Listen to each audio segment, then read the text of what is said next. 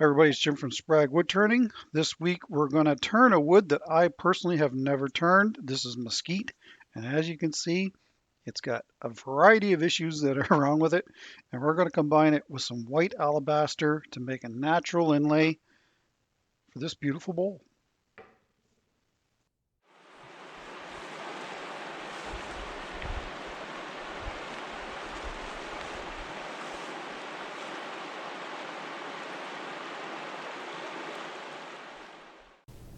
So this week we are going to be using some Texas mesquite, to be specific, southern Texas. And this was sent to us by Johnny Tully, and he sent along a nice big letter here. I'm not going to read the whole thing. But he said, not sure if you ever turned any Texas mesquite before, and I have not, so this would be a new experience for me. Anyway, Texas mesquite has a very tough time growing down here in Texas. Mesquite doesn't actually grow right where I live. This came from southern Texas in November of 2021 near Hondo, Texas. Little bit of information he sent along that I was not aware of. Mesquite shrinks in relationship of 1 to 1, so there isn't a lot of movement in the wood when drying. And that was one thing that I did notice when I got this, that, there really wasn't a lot of difference in the overall measurements on this. So, typically on the end grain, this is a little bit of an odd piece, but here's the end grain. I think this might be a crown. There's a couple of hearts up here, so it could be a crown piece. Regardless, typically it's going to pull in on itself this way, and the end grain is always going to be longer than the side grain on the side of the bowl. So when you measure this piece, it is just a little bit over 14.5 this way, and this way it's almost the same. It's like maybe 1/8 or so.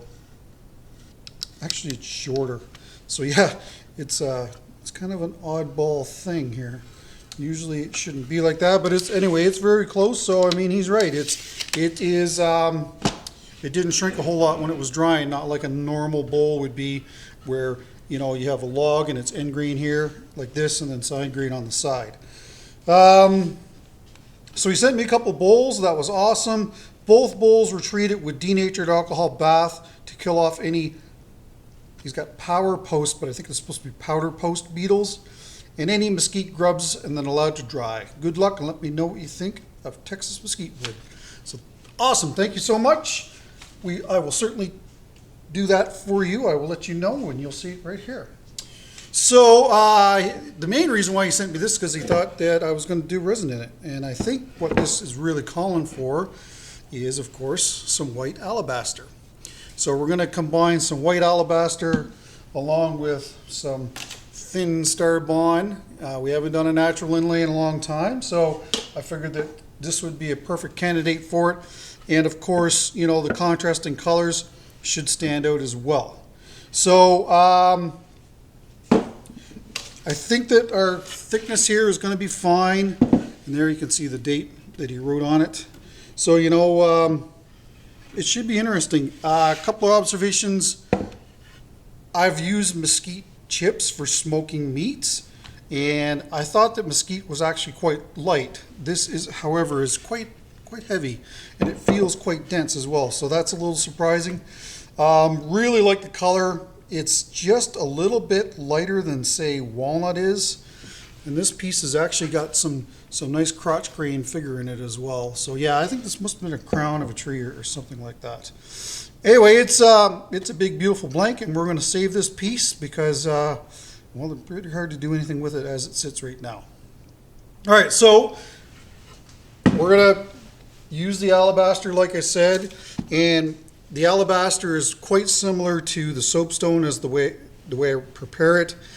The big difference between soapstone and alabaster, I find that alabaster is more granular when you crush it up, so the CA glue tends to flow better through it, where the soapstone, you'll get some granular material in there as well, but it's usually very powdery. So sometimes you have a hard time getting to penetrate the inlay with the thin CA glue, where this stuff, it seems to flow a lot better. So anyway, I'm just going to smash some of this up, show you how I do this. This is just a piece of 4-inch conduit. I put that in there just so it doesn't fly all over the place. Here's just your normal kitchen sieve. This is probably an 1/8 of an inch, I think is the size, or no, sorry, 1/16 of an inch.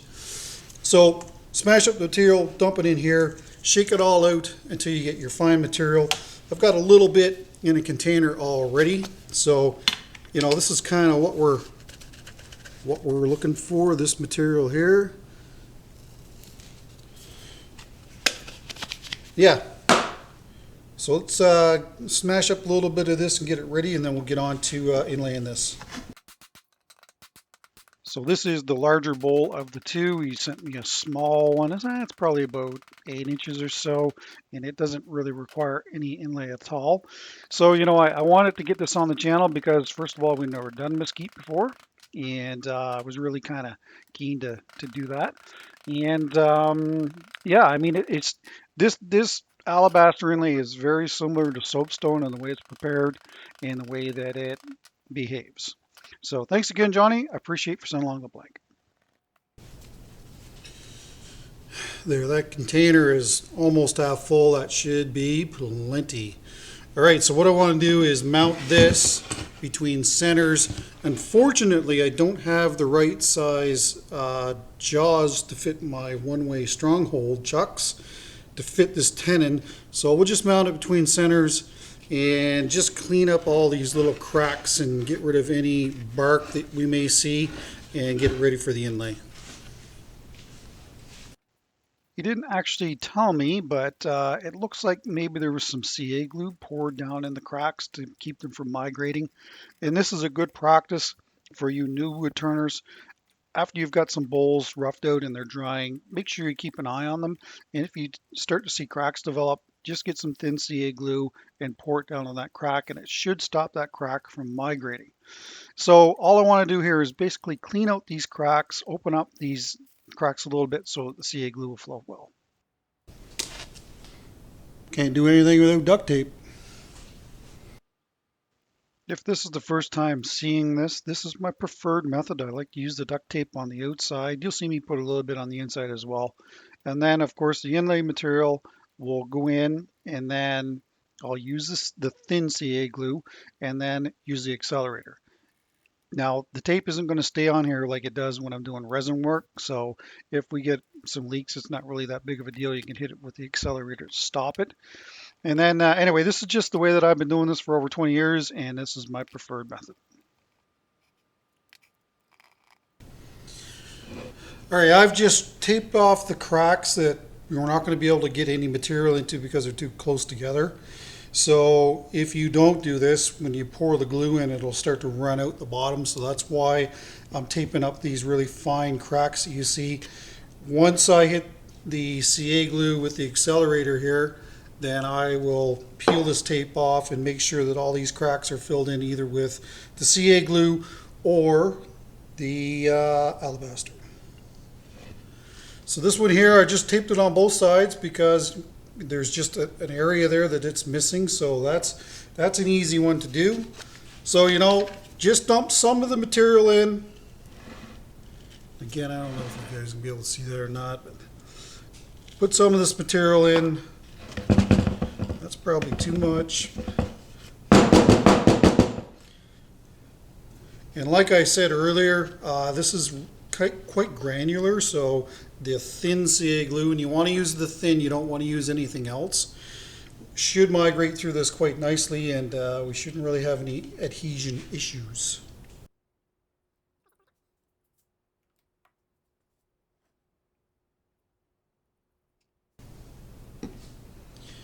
If you happen to see any foreign material in there, try to get it out. And you want it to look wet. If it looks wet, then you know that, you know, it should be fully saturated then.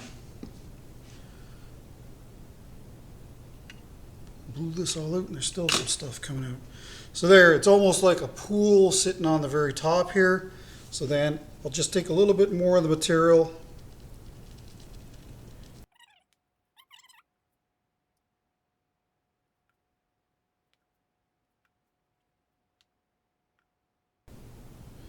It doesn't really look like it's taken anymore, so hit it with the accelerator.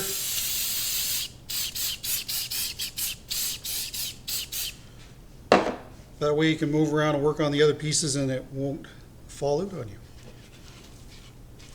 I did clean this bench off before we started. That way I'll be able to collect up the material and reuse it. So, you know, it doesn't really matter which ones you do. You can do some of these really fine ones. Like that.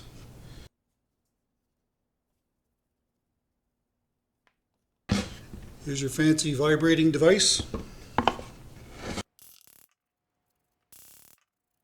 So as you watch me put this inlay in, one thing that I probably should do or should have done was put a little bit of that thin CA glue down inside of the inlay area first, and then pour some of the inlay material in, not all the way up, just kind of like you see me doing there. And what I'm doing at the very top is making a dam. And then once that is set with the accelerator, then of course the rest of the inlay material can go in and you're not going to have basically glue running all over the place. A couple of things to really concern yourself with. When you're using this thin CA glue, it can actually migrate right through the bowl and weld your hand completely to the outside of the bowl. Yes, I've done that a number of times. And when the CA glue is curing, it can be very aggressive. So it should be used in a well-ventilated area. There, that's everything on the inside. So what we'll do now is pull the tape off the outside. And we'll be able to do any filling on the outside, and then we'll let this sit for a bit, and then it can go on the lathe.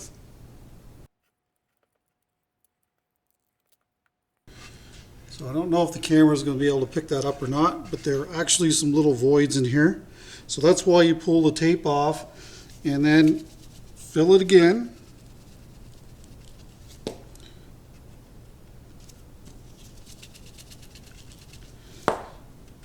And yes, I should be wearing gloves. I know there's some people in there saying, I don't know why he's not wearing gloves.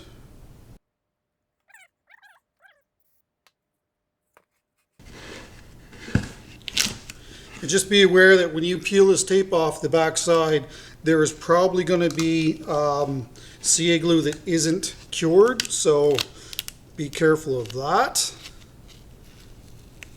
It is also very common that when you pull the tape off the outside that you'll pull a bunch of the inlay material off with it. So, you know, it just comes with the territory. There's not much you can do about it. And that's a prime example of why you pull it off. Now that looked good from the top side, but as you can see, there's a great big void in behind it.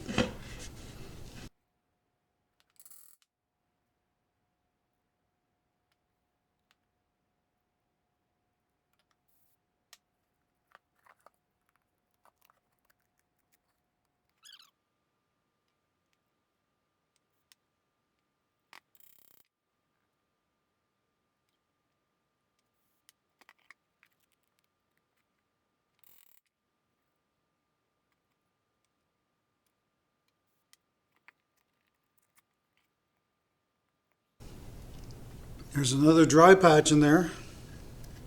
Yet again, another reason why take this tape off and see what's going on. What can happen is the glue can kind of just sit on the surface and then not actually penetrate. So that's why you end up with these dry pockets, and that's why it's best to take it apart on, take tape off on both sides. Like I said earlier, you know, that typically the CA glue flows well through these cracks and, you know, through these inlays. But for some reason, I was having a lot of issues with it penetrating well. And I suspect that what might have happened was that this is an older bottle of CA glue, so it might be getting thicker than it ordinarily would be. So that could be part of the issue. So, you know, when you're doing these kinds of inlays, it's probably best to use a fresh CA glue. This one's been sitting around for quite some time. There, you know, I know that it doesn't look overly fantastic right now, but it will. Now, ordinarily I would probably let this sit for 2 or 3 hours before I would put it on the lathe.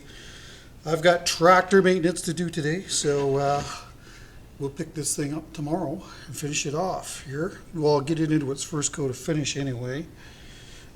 See one spot maybe there. And we will probably have to do this filling 2, 3, 4 times. That's kind of the irritating thing with working with natural materials like soapstone and alabaster. But of course, it gives you a really neat effect.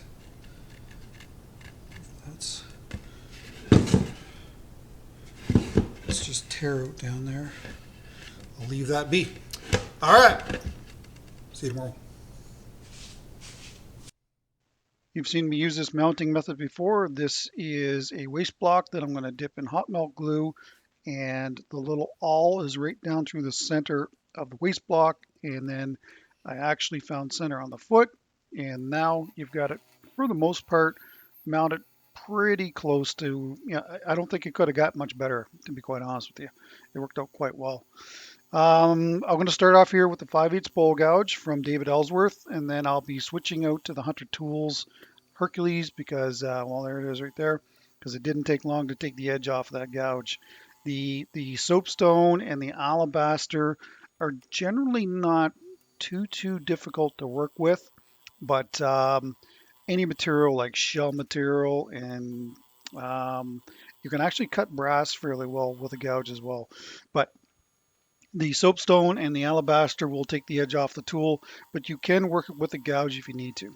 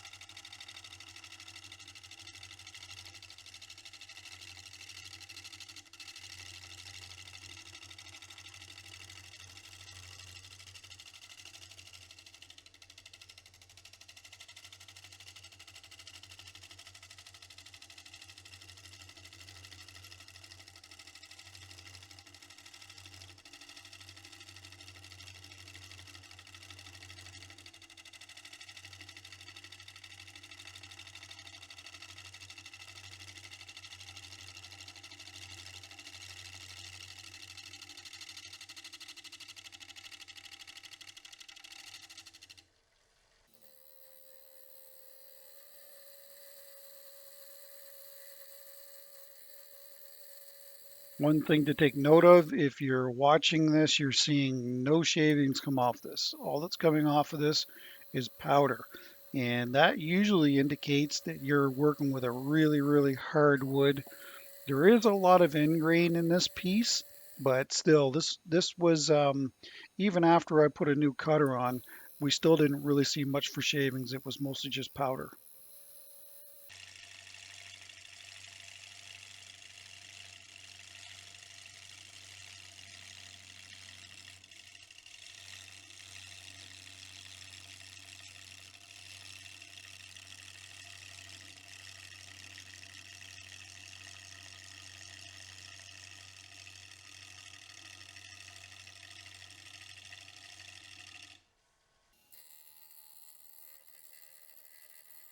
So as I turn this piece, I realized that, I was pretty much going to have to treat this the same way that I would treat a resin and burl casting.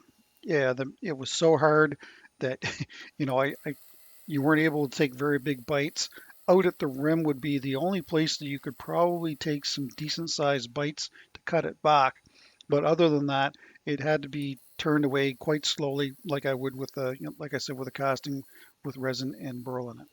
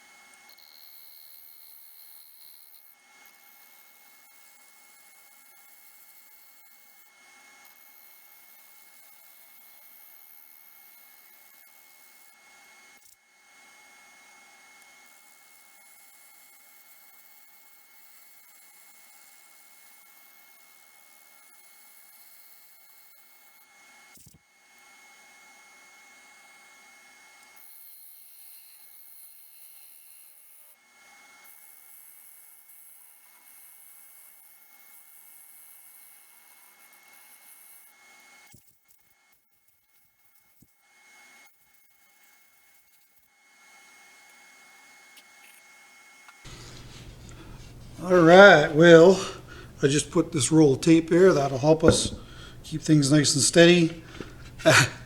As you can see, we've got some pretty decent voids in here to fill. A little surprised by that. Anyway, they're pretty much on all of these inlays, except for this one on the inside, but on the outside, it's got a big hole in it too. So, just like before, take the white alabaster, put it in these grooves, hit it again with the thin CA glue, and then I will let it sit for probably 20 minutes or so and get it back on the lathe.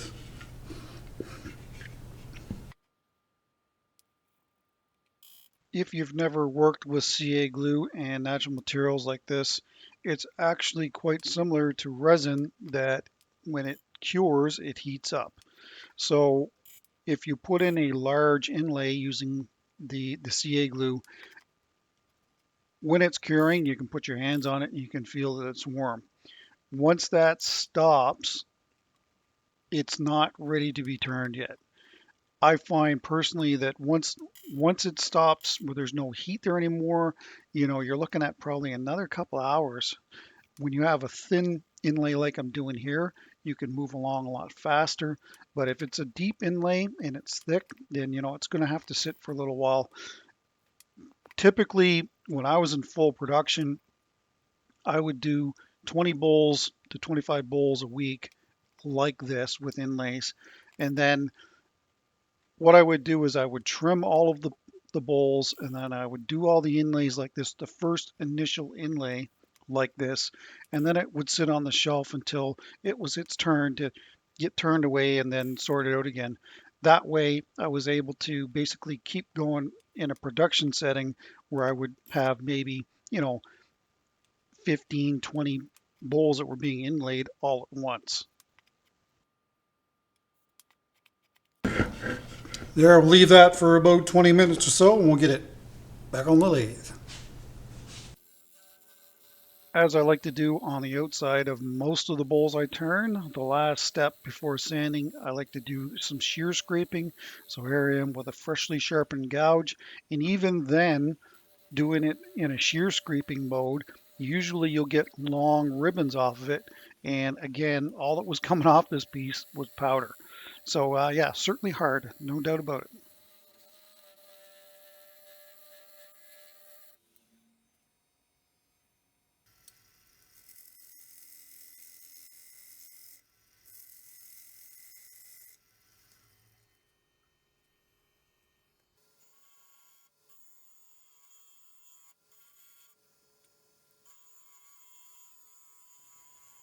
So in these next couple of clips, you'll see me use the gouge and the Hercules, just switching back and forth to find the tool that seems to be cutting the surface the best.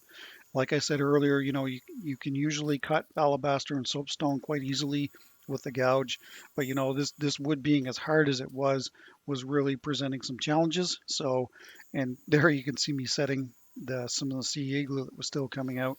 So, really after I put that second inlay in, probably should have let that sit for 2 or 3 hours before I trimmed it, but I was in kind of a hurry to get this done. So, it is what it is. You have to deal with that sometimes. So anyway, just keep that in mind that, it's not, while I certainly like to use the Hercules for the majority of this really hard turning, sometimes the gouge is going to cut cleaner than the Hercules is. But I will say this, that if the Hercules does have a new cutter on it, it actually will cut better than the gouge will. And by looking at it, you can see I did change the cutter out, and it's not so much dust anymore. Small little shavings are coming off.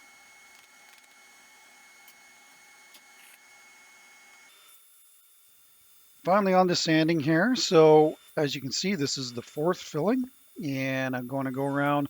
I'm not going to tool this. I'm actually going to sand it. I didn't really see the point of tooling that away. I was happy with the surface of the bowl, so I wanted to make sure that it stayed in that condition. So then I typically will just sand the CA glue and the inlay material back to the surface of the wood and then carry on sanding and blend it all in. And these are the 3.5-inch double disc from sandpaper.ca. And don't forget that there is a link in the description to 10% off your next order. Just use code INLAYGEM, and they do ship to the US.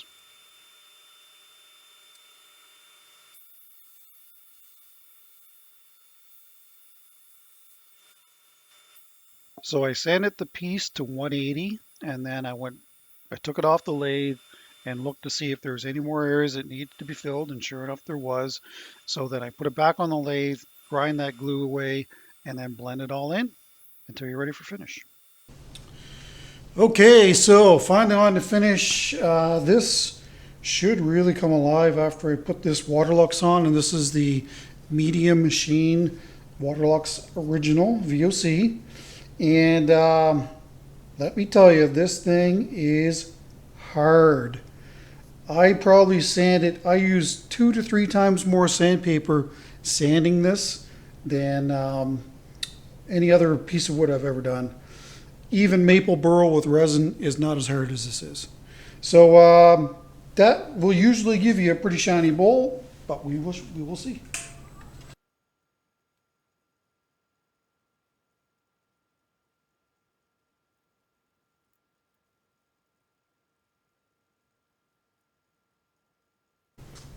Sure is beautiful. One thing to note, it's got rays in it, like oak does. You can see it up in here, and I don't know if that's just a Mesquite thing. Just an amazing piece of wood, but very difficult to work with. I'm not going to lie. Does that finish ever bring that alive, right? Wow. All right, we'll see you tomorrow for the second coat. This little crotch area there.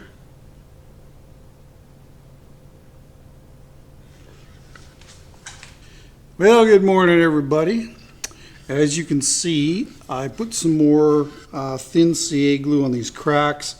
After the finish had dried, I noticed that there were some spots that were missing. So, we're going to have to hit the reset button on this. So, I'll sand this with probably 320 and then blend it all in, and then we'll get our second coat of finish on.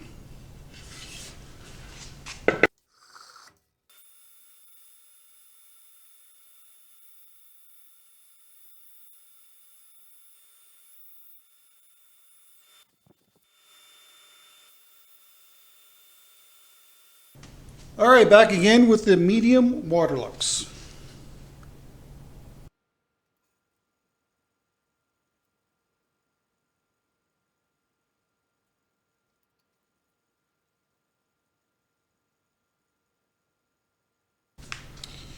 So even though we sanded that coat of finish off, of course, the finish is embedded in the wood, and that's another reason why I like to use these finishes. So it certainly covered better this time around, and I will put 3 coats on it, and that should be it, I would think. It looks like it's covered quite nicely. Beautiful wood. Anyway, I'll do the third one the same way as this. I'll buff it. Actually, I guess for the third one, I'm just going to buff it and then use the denatured alcohol like I always do. And then we'll see when we're doing the foot. All right, so yesterday I thought I would share something with you. So yesterday I buffed and then put the third coat of finish on. But you can feel like a rough texture pretty much all over the bowl. So I'm assuming that that's the Mesquite that's kind of doing this. And maybe this is one of those woods that really doesn't respond to buffing all that well. So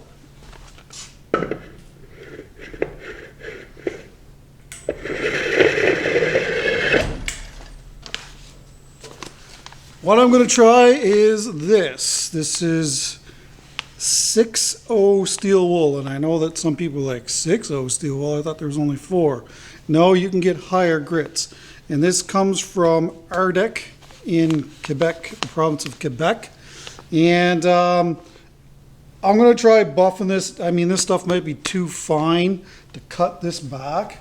And if it is, then I'll switch to the 4.0 steel wool. But This is something that we haven't really tried before, so I thought that I would try it on this to see if it sorts out this rough texture. And maybe that's just the way it is with Mesquite. I don't know. If you know, let me know. Now, to be quite honest with you, it feels like 4-0 steel wool. When I ripped it apart, it certainly ripped easier, so that does tell me that it's finer.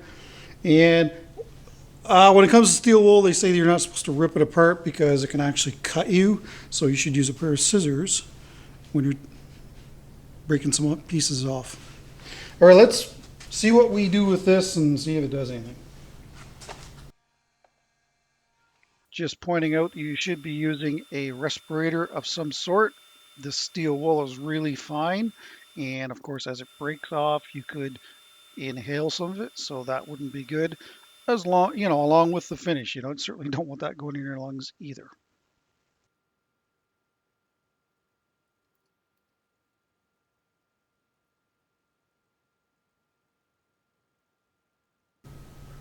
Well, I mean, this is kind of what it looked like yesterday too. I thought that we had it licked, but I don't know. We will see.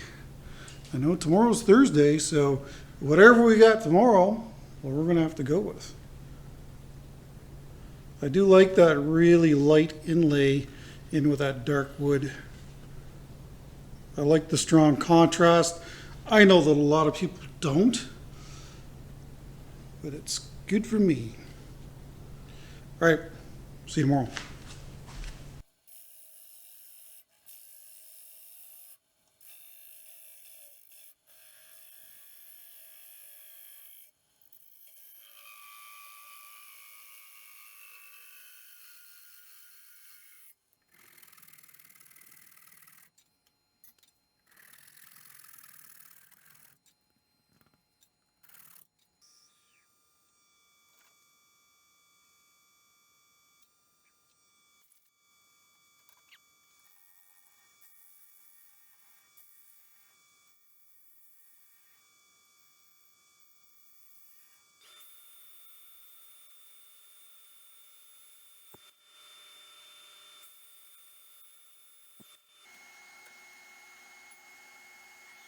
Well, all right, that's it for the video. This beauty is 14 inches across and 5 inches tall.